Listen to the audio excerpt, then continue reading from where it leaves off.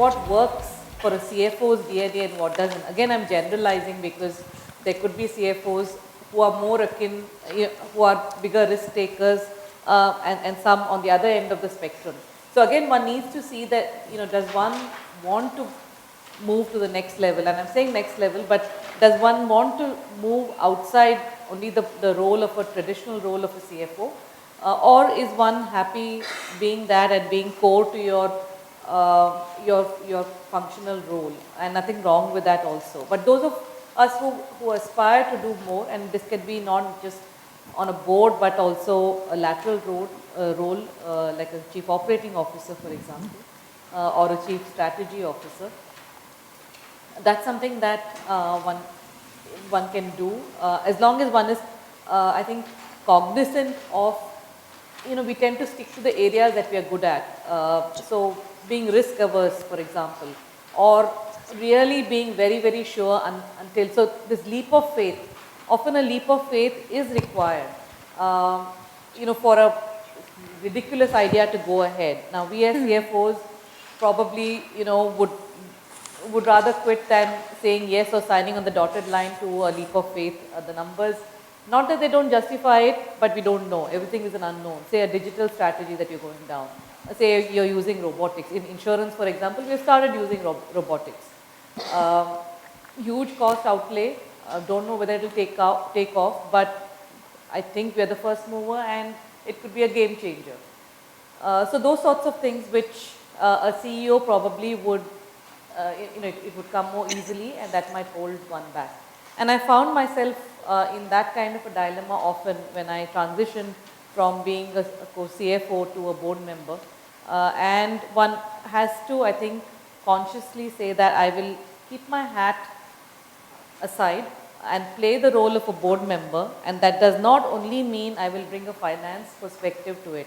In my role or in anyone's role as a board member, one would have to bring perspective on whatever is being discussed, and even things that are not being discussed, if one is aware of it or come to light.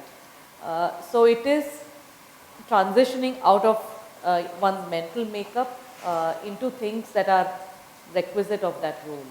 That again does not mean, because the board will see at the end of it that, will look at the CFO to say, after all the discussions are over, that, so and so, I assume you've looked at the cost benefit or you are comfortable with the numbers.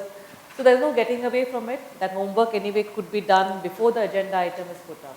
And that's probably an efficient way of saying, yes, by and large, I'm comfortable with the assumptions or comfortable with the forecast, and whatever break even is put down, whatever it might be.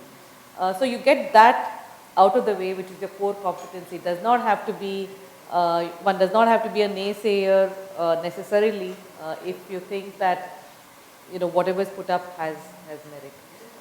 So I think to summarize, it can be done if one wants to transition to that role. There has to be a conscious focus on what that role demands, and that role could also be, like I gave an example of a COO role. I played a COO role in my organization along with the CFO role, and it was hugely enriching.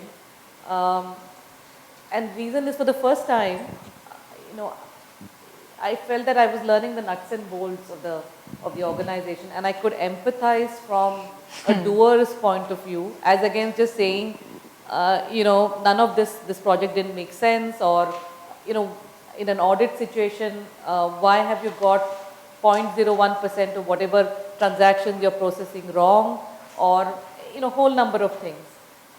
So it really widened, and that's as an aside, I would encourage this kind of a lateral move or a move into a board role. So I think without compromising, and to summarize, without compromising on one's core ethics and things that are expected, since we continue to wear the hat of a CFO, I think one can take on the mantle of any other role within senior management in the board, depending on one's choice, as well as if one is given the opportunity.